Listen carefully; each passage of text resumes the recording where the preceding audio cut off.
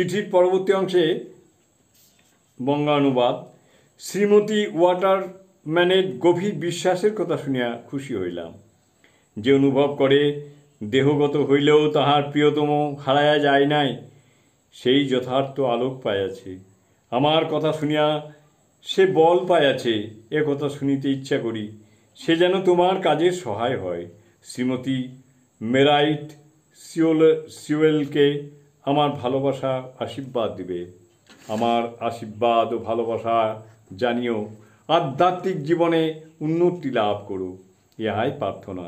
বাস্তবিক তুমি অতি চমৎকার কাজ করিতেছ, কিন্তু বাংলা ভাষা যেন ভুলিয়া যাইও না, নতুবা তুমি যখন ফিরে আসিবে তোমার কথা আমি বুঝিতে পারিব না।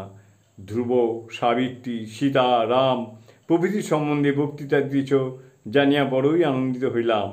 তাহাদের পবিত্র জীবন কাহিনী সাংসারিক সকল বৃথা বাক্যলাপ অপেক্ষা শ্রেষ্ঠ, ইহা বলায় বাহুল্য। প্রভুর নাম ও লীলা উভয়ই কত সুন্দর। তোমার মাতা ঠাকুরানী। জয় মা।